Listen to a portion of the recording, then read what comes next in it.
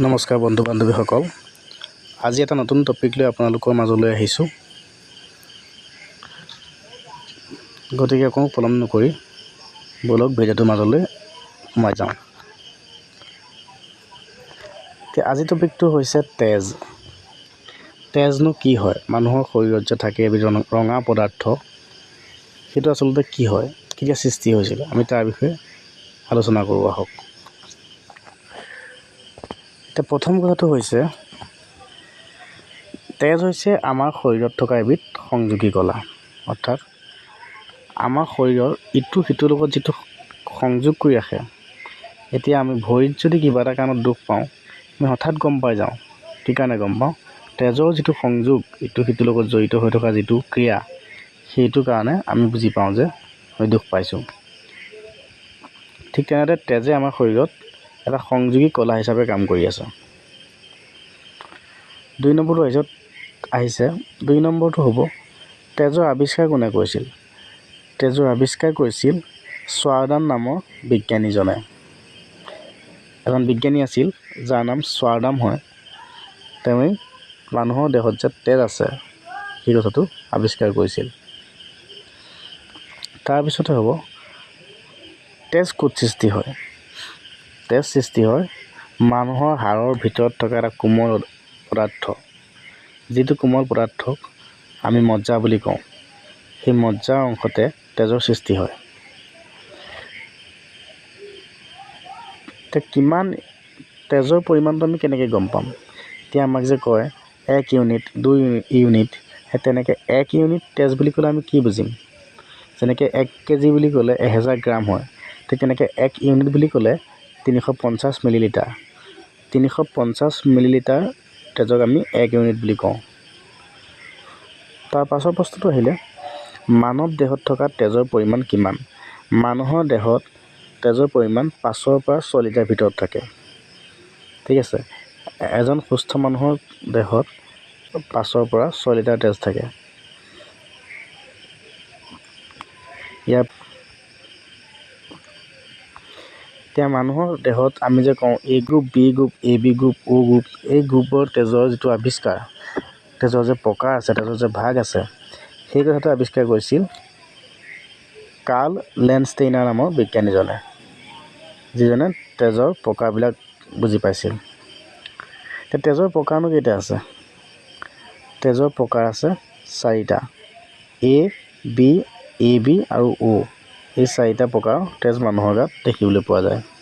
এতিয়া A গ্ৰুপৰ মানুহৰ যাৰ তেজৰ গ্ৰুপ A হয়, তেওঁ কেনেকুৱা ধৰণৰনো হয়, সেই বিষয়ে কৈছে যে A গ্ৰুপৰ ব্যক্তিসকল সাধাৰণতে চতুৰ, আৱেগিক, সংবেদনশীল আৰু সহযোগী মনৰ হ'ব পাৰে। যিসকলৰ গাত A গ্ৰুপৰ তেজ আছে, তেওঁলোক সাধাৰণতে চতুৰ হয়, খুব বুদ্ধিমত্তা হয় আৰু আৱেগিক হয়। যিকোনো পৰিস্থিতিত তেওঁলোকৰ সহজতে চকু পানী ওলাব পাৰে, সহজতে হাঁহি ওলাব পাৰে। এনেকৈ চতুৰ প্ৰবৃত্তি বা আৱেগিক প্ৰবৃত্তি। আৰু সংবেদনশীল হয়। সংবেদনশীল মানে যিটো চেঞ্চিটিভ বুলি কোৱা হয়, আৰু সহযোগী মনৰ হয়। 2 নম্বৰতে, B গ্ৰুপৰ ব্যক্তিসকল আৱেগিক, সৃষ্টিশীল, শক্তিশালী আৰু সক্ৰিয় হয়। তেওঁলোক আৱেগিকো হয়, সৃষ্টিশীল মনৰ হ'ব পাৰে আৰু শক্তিশালী হয়। তাৰপাছত হ'ব AB গ্ৰুপ। এই গ্ৰুপৰ ব্যক্তিয়ে যিকোনো ব্যক্তিৰ তেজৰ শৰীৰত বহন কৰিব পাৰে। অৰ্থাৎ AB গ্ৰুপ যাৰ থাকে নহয়, তেওঁলোকে যিকোনো ব্যক্তিৰ পৰা তেজ ল'ব পাৰে গাত। যদি তেজৰ তেওঁলোকৰ প্ৰয়োজন হয়, তেতিয়াহ'লে AB গ্ৰুপটো যদি তেজ তেখেতৰ গাত আছে, বেলেগৰ পৰা তেখেতে যিকোনো তেজৰ গ্ৰুপ ল'ব পাৰে। তেওঁ B গ্ৰুপ থাকিলে Bও ল'ব পাৰে, A থাকিলে Aও ল'ব পাৰে, O থাকিলে Oও ল'ব পাৰে। নেক্সট আহিব O গ্ৰুপ। O গ্ৰুপৰ ব্যক্তিয়ে যিকোনো ব্যক্তিৰ তেজ দিব পাৰে। তেওঁ ল'ব নোৱাৰে, কিন্তু তেওঁ দিব পাৰে। তেওঁ যিকোনো A থকা ব্যক্তিকো O গ্ৰুপৰ তেজ দিব পাৰে, B থকা গ্ৰুপকো O গ্ৰুপে তেজ দিব পাৰে, AB গ্ৰুপকো O গ্ৰুপে তেজ দিব পাৰে। তেওঁক ইউনিভাৰ্চেল ডোনাৰ বুলি ক'ব পাৰি। আৰু যিসকলৰ গাত এই O গ্ৰুপটো থাকে, তেওঁলোক অনুগামী মনৰ হয়। তেওঁ কাৰোবাক আদৰ্শ ল'ব পাৰে, তেওঁ যিকোনো আদৰ্শ হিচাপে কাম কৰিব পাৰে। অনুগামী মনৰ হ'ব পাৰে তেওঁ। তাৰপিছত আহিব তেজৰ উপাদান। তেজত কি কি পদাৰ্থ থাকে? তেজত থাকে প্লাজমা আৰু কৰ্পচেলছ। এই দুটা উপাদানৰ সমষ্টি তেজ গঠন হয়। প্লাজমানো কি? প্লাজমা হৈছে তেজৰ তৰল অংশ। প্লাজমাত এলবুলিন, গ্লবিউলিন আৰু ফাইব্ৰিনোজেন নামৰ প্লাজমা প্ৰ'টিন থাকে। আৰু তেজত হেপাইন নামৰ এবিধ প্ৰ'টিন থাকে, যিয়ে আমাৰ শৰীৰৰ ভিতৰত যে তেজখিনি গোট মাৰিব নালাগে সেই কামটো কৰি থাকে। নহ'লে তেজ গোট মাৰি গ'লহেঁতেন যদি হেপাইন নাথাকিলেহেঁতেন। ঠিক আছে। তাৰপিছত আহিলোঁ, আমাৰ তেজত 55% প্লাজমা থাকে আৰু 45% কৰ্পচেলছ থাকে। কৰ্পচেলছনো কি হয়? কৰ্পচেলছ হৈছে আমাৰ তেজত কৰ্পচেলছৰ পৰিমাণ 45% থাকে। ইয়াৰ ভিতৰত কি কি থাকে? RBC থাকে, WBC থাকে আৰু প্লেটলেটছ থাকে। এই তিনিবিধ উপাদান তেজত থাকে। তেজৰ যিটো কৰ্পচেলছ অংশ তাত থাকে। কৰ্পচেলছ যিহেতু 45% থাকে, সেই 45%ৰ ভিতৰত RBC, WBC আৰু প্লেটলেটছ এই তিনিটা উপাদান থাকে।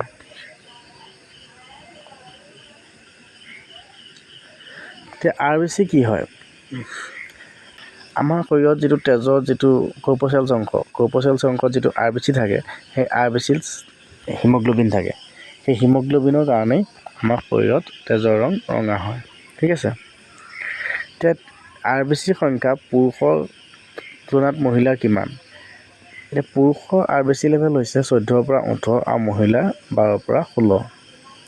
সেইটো হৈছে HB লেভেল, অৰ্থাৎ হিমগ্ল'বিনৰ যিটো লেভেল। এই RBCসমূহ জীৱনকাল হৈছে 120 দিন, অৰ্থাৎ RBCৰ জীৱনকাল মাত্ৰ 120 দিন। 120 দিনতে তাৰ জীৱনকাল শেষ হয়। তাৰপিছত নতুন RBC গঠন হয়। ই ক'ত ধ্বংস হয়? প্লীহা নামৰ অংশত, আমাৰ শৰীৰত থকা প্লীহা নামৰ অংশত সি ধ্বংস হয়গৈ। ঠিক আছে। এতিয়া আহিলে WBC। হিমগ্ল'বিন নাথাকে আৰু সেইবাবে ইয়াক লিউকোচাইট বুলিও কোৱা হয়। এতিয়া WBC হৈছে কি? হোৱাইট ব্লাড চেলছ, অৰ্থাৎ ইয়াত হিমগ্ল'বিন নাই, সেইকাৰণে সি হোৱাইট বগা হয়। আৰু সেইকাৰণে তাক আমি কি বুলি ক'ব পাৰোঁ? লিউকোচাইট বুলি ক'ব পাৰোঁ। ঠিক আছে। আমাৰ শৰীৰত WBC অতি গুৰুত্বপূৰ্ণ ভূমিকা পালন কৰে, কিয়নো ইয়াতেই এণ্টিবডি গঠন হয়, যাৰ বাবে আমাৰ শৰীৰত প্ৰৱেশ কৰা বেক্টেৰিয়া আৰু ভাইৰাছৰ পৰা আমাক ৰক্ষা কৰে। এতিয়া কথাটো হ'ল কি? WBCত অতি গুৰুত্বপূৰ্ণ কাম এটা কৰে আমাৰ শৰীৰত, য'ত এণ্টিবডি গঠন হয়। এণ্টিবডি মানে হৈছে কি? আমাৰ শৰীৰত বিভিন্ন ধৰণৰ বেমাৰৰ বীজাণু প্ৰৱেশ কৰিব পাৰে আৰু সেইবিলাকৰ পৰা বচাই ৰাখিবলৈ তেওঁলোকে এণ্টিবডি সৃষ্টি কৰে, আৰু সেই এণ্টিবডি এই WBCতে উৎপন্ন হয়। ইয়াৰ জীৱনকাল মাত্ৰ 4 দিন। WBCৰ জীৱনকাল মাত্ৰ 4 দিন। ব্লাড চেলছৰ 120 দিন আছিলে, আৰু যিটো হোৱাইট ব্লাড চেলছ সেইটো মাত্ৰ 4 দিন। লিউকোমিয়া হৈছে WBCৰ ডুপ্লিকেট, অৰ্থাৎ হোৱাইট ব্লাড চেলছৰ এটা ডুপ্লিকেট কপি আমাৰ শৰীৰত থাকে, সেইটো হৈছে কি? লিউকোমিয়া। হোৱাইট ব্লাড চেলছৰ দৰে কাম কৰে। তাৰপিছত আহিব প্লেটলেটছ। প্লেটলেটছ হৈছে ইয়াৰ আকৃতি অনিয়মিত, অৰ্থাৎ আমাৰ শৰীৰত থাকোঁতে এনেকৈও থাকিব পাৰে, এনেকৈও থাকিব পাৰে, যিকোনো আকাৰত সি থাকিব পাৰে। গতিকে সেইকাৰণে ইয়াক অনিয়মিত বুলি কৈছে। ইয়াৰ বয়স মাত্ৰ 1 সপ্তাহ। গতিকে তেজৰ জানিবলগীয়া কথাখিনি ইমানখিনিয়ে। গতিকে যদি ভিডিঅ'টো ভাল পালে লাইক কৰিব, কমেণ্ট কৰিব, আৰু এনেধৰণৰ ভিডিঅ' পাই থাকিবলৈ চেনেলটো ছাবস্ক্ৰাইব কৰিব। ধন্যবাদ।